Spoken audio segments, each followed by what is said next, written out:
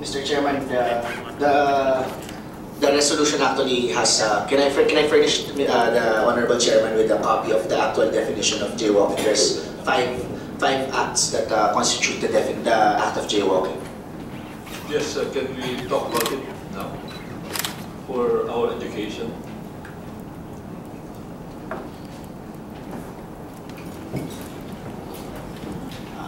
Mr. Chairman, may I be given 10 minutes to Okay, can I proceed with my next question, Mr. Chairman? What happens to a driver who hits a jaywalker?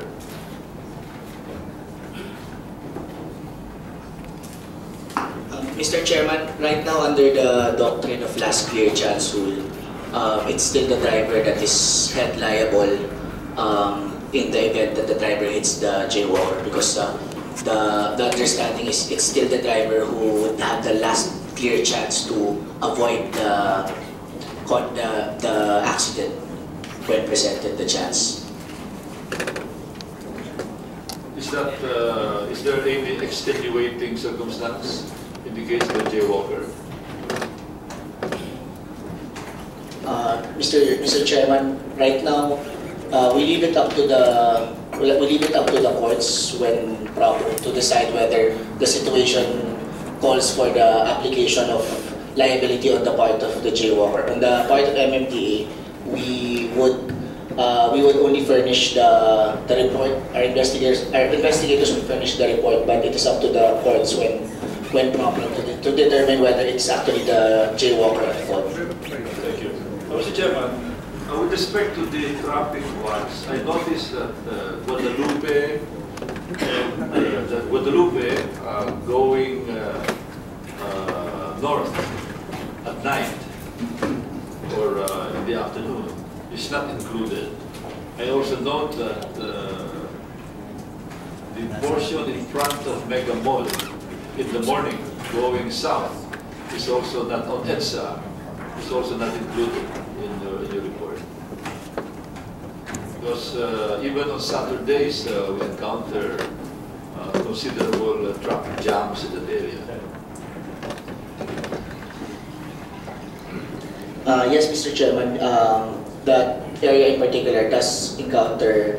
It's one of the choke points of EDSA, and we would raise your suggestion to the chairman that we should establish Metro Traffic Watch, perhaps Mega Mall, so that we can discuss with the various stakeholders in the area, including Star Mall, Shangri-La, Mega Mall, and buses. But on that particular note, Mr. Chairman, our project regarding the bus segregation scheme is the one that is aimed to reduce the congestion in that area, in that instead of all the buses having to congregate at one area, we will try to have or greatly reduce the number of buses at a given bus loading bay used under the bus segregation scheme.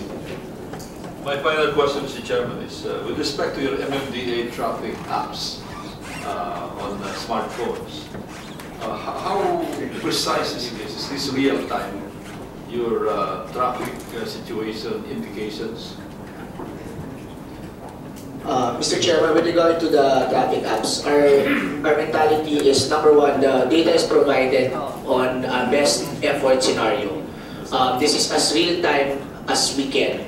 The same data that you would get if you call MMDA 136, the same data that you would get if you send a tweet to @MMDA is also the same data that's reflected on the applications. And so, right, why is this best effort? Don't you have CCTVs to monitor the major choke points, especially along EDSA? So, Mr. Chairman, the CCTVs right now are primarily along EDSA and C5. So, on those two avenues, on those two corridors, the accuracy of the data is very high. But along the other corridors such as Rojas Boulevard, Quezon Avenue, España, we rely on radio reports from the enforcers on the ground, as well as the public reports sent in to us through the app. When the data is wrong, they tell us that the app data is wrong and that this is the correct data.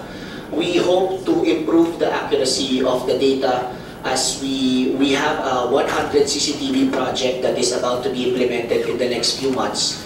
And this will actually cover all the train routes, including MRT, LRT, and LRT2. So once we install the 100 cameras along those routes, we hope to improve the accuracy along those 3 routes and actually add more routes to the coverage of the application. So once those cameras are installed, we can actually add Taft Avenue and Aurora Boulevard to the corridors covered by the apps. And then the cameras that because there will be new cameras along EDSA, we can then reallocate the existing cameras along EDSA and lay them out along Rojas Boulevard and along the other areas in which we have weak coverage.